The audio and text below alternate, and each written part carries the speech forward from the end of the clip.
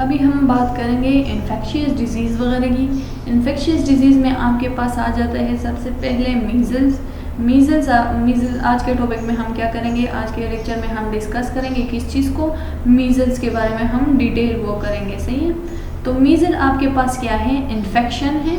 सही है, मीज़ल आपके पास क्या है, इन्फेक्शन है, जो आप किस चीज़ से लेते हो, जो आपको वायरस की वजह से होता है। सही है, तो इट मीन्स कि मीज़ल आपके पास क्या है, वायरल इन्फेक्शन है। सही है, तो मीज़ल जो वायरस होता है वो आपके म्यूकस थ्रोट वगैरह में प्रेजेंट होता है। सही है, मीज़ल वायरस किधर होता है, म्यूकस, नोज, थ्रोट वगैरह में प्रेजेंट होता है। सही है, ये स्प्रेड होता है एयर के थ्रू। सही है, डायरेक्ट कांटेक्ट वगैरह अगर आपका किसी से हो, अफेक्टेड पर्सन जो होता है, अगर उसके साथ आपका डायरेक्ट कांटेक्ट हो तो आप क्या करोगे, ये आपको डायरेक्टली भी हो सकते हैं। सही है, डायरेक्ट कांटेक्ट के थ्रू भी हो सकते हैं। जो वायरस होता है अगर वो स्प्रेड हो, एयर वगैरह में प्रेजेंट हो, तो वो 2 आवर्स तक जो होते हैं वो एक्टिव रहते हैं। सही है, जो मीज़ल्स होते हैं ये आपके पास कंटीजियस है। सही है, मीज़ल्स आपके पास क्या है, जो इन्फेक्शियस है, वायरल इन्फेक्शन की वजह से होता है, ये आपके पास कंटीजियस है। सही है, अगर आप जो होती है वैक्सीनेटेड नहीं हो, सही है, अगर आपने as a prophylaxis measle vaccination वगैरह नहीं की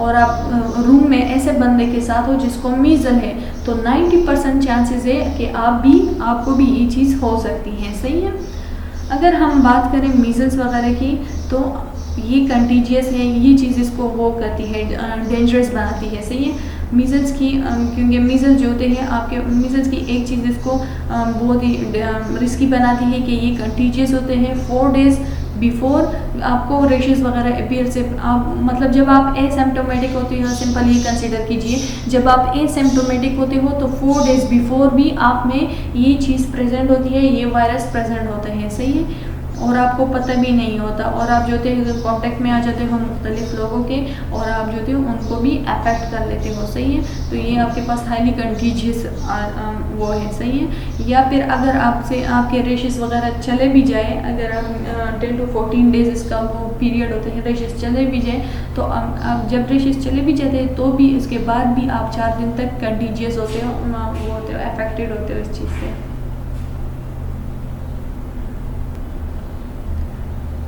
अच्छा, तो मीज़ल जो होते हैं आपके पास कौन से, जो मीज़ल स्टेजेस है, पीरियड है, वो आपके पास 2 to 3 वीक्स तक है। सही है, जब आपको मीज़ल हो जाती है, रेशेस आ जाती है, तो 10 to 14 डेज़ तक वो आपके क्या है, इसका इंक्यूबेशन पीरियड है।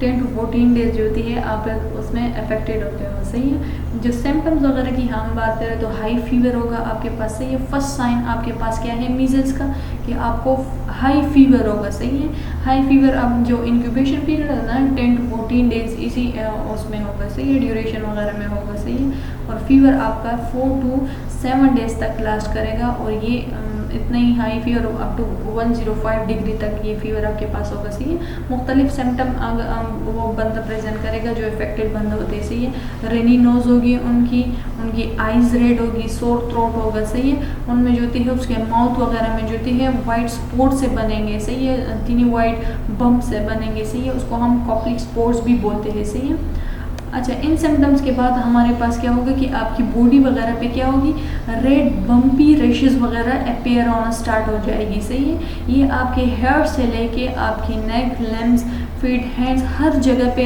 मतलब बॉडी के हर पार्ट पे ये आपके पास ये रेशेस वगैरह अपेयर होगी और स्प्रेड होगी।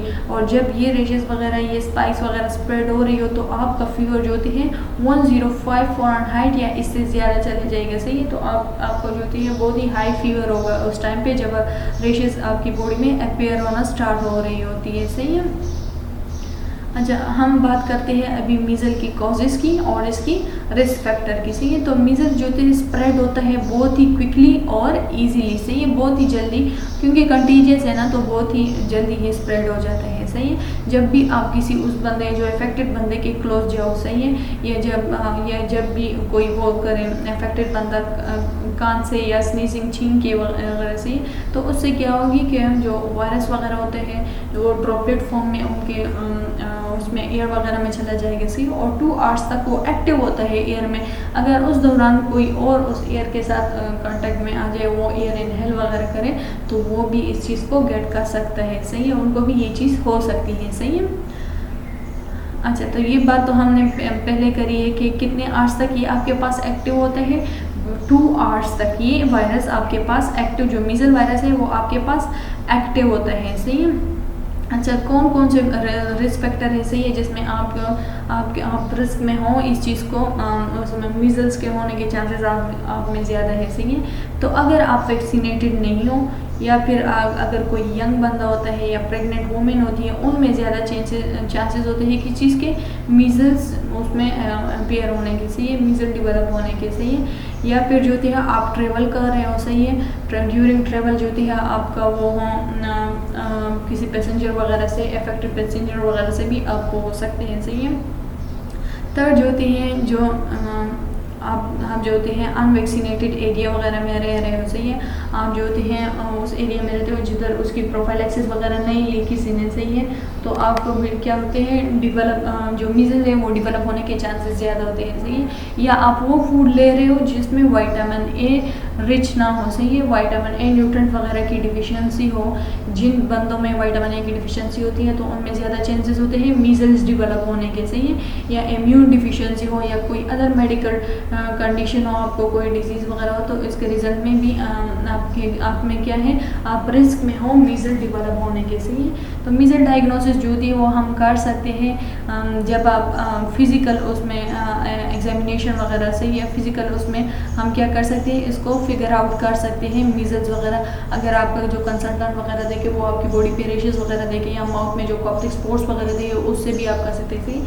या फिर अगर इन चीज़ों से ना हो तो उसको कंफर्म करने के लिए हम क्या करते हैं, ब्लड टेस्ट वगैरह करते हैं, सही है। अब मीजल ट्रीटमेंट वगैरह की हम बात करते हैं, सही है। अगर आपको मीजल्स वगैरह हो जाए, सही है, तो इसकी कोई प्रॉपर मेडिकेशन, कोई ड्रग्स वगैरह नहीं है जो इस वायरस को किल कर सकें, सही है। रिकवरी आपकी उस टाइम पॉसिबल होती है जब आप ड्रिंक प्लेंटी ऑफ वाटर, ज़्यादा से ज़्यादा आप वाटर ड्रिंक करो और रेस्ट ज़्यादा करो, सही है। इसके लिए मीजल्स वगैरह के लिए कोई स्पेसिफिक ट्रीटमेंट आपके पास नहीं है, सही है, लेकिन ये चीज़ें अगर आप करो तो उसको आप प्रिवेंट कर सकते हो मीजल्स वगैरह के होने से, सही है। मीजल्स वगैरह को आप प्रिवेंट कर सकते हो इन चीज़ों से, सही। अगर पोस्ट एक्सपोजर वैक्सीनेशन करो, सही है, आपको ये चीज़ हो गई, मीजल्स आपको हो गई और आप वैक्सीनेशन करो, सही है। अगर आपने वैक्सीनेशन जो दी है विदिन 72 आवर्स में कर ली, सही है, जब वायरस आप में हो, तो ये वैक्सीन जो थे इससे क्या होगा कि आपके आप में जो होती है जो सिम्टम्स वगैरह होती है, जो रेशेस वगैरह अपीयर होती है, जो फीवर अपीयर उसके रिजल्ट में सवियर फीवर होता है, सही, तो ये सिम्टम्स जो होती है आप वो कम हो जाएंगे इससे, सही। अगर पोस्ट एक्सपोजर आप क्या करो, वैक्सीनेशन करो। पोस्ट एक्सपोजर वैक्सीनेशन मीन्स कि अब आपको ये चीज़ हो गई है, मीजल्स आप में मीजल्स वगैरह कंफर्म है कि आपको मीजल हो गए हैं और विदिन 3 डेज़ आपको पता चला है और आप उसी दौरान ही वैक्सीनेशन करो, तो इसके सिम्टम्स को आप प्रिवेंट कर सकते हो, सही। या फिर इम्यून सीरोग्लोबुलिन, सही है, ये प्रोटीन जो इंजेक्शन होते हैं ये आपके पास क्या करेगा, बूस्ट करेगा आपकी इम्यून सिस्टम को, स्पेशली जो प्रेग्नेंट वुमेन होते हैं या यंग होते हैं उनमें, सही है। तो ये बूस्टअप करेगा जब आप 6 डेज ऑफ एक्सपोजर आपको हो जाए और आप ये इंजेक्शन वगैरह लो, तो आप क्या करोगे, ये प्रिवेंट करेगा आपको किस चीज़ से, मीजल्स वगैरह से, सही है, और इसके सिम्टम्स वगैरह से आपको रिलीफ देगा, सही है। अगर आपकी मीजल्स अब आपके पास बैक्टीरियल इन्फेक्शन की वजह से होगी, सही है, मीजल्स अगर आपके पास बैक्टीरियल इन्फेक्शन की वजह से हो गई, सही है, जैसे कि एयर इन्फेक्शन, नमूनिया, इन चीज़ों की वजह से हो गई थी, तो आप क्या करोगे, एंटीबायोटिक वगैरह लोगे, सही है। क्या चीज़ लोगे, एंटीबायोटिक। अगर आप जो होती है फीवर है तो उसको कम करने के लिए एनसाइड्स, एसिटामिनोफेन, इबुप्रोफेन, नेप्रोक्सोन वगैरह ये चीज़ें लोगे, सही है। पर रिमेंबर चिल्ड्रन वगैरह में आप एस्पिरिन वगैरह नहीं दोगे, सही है।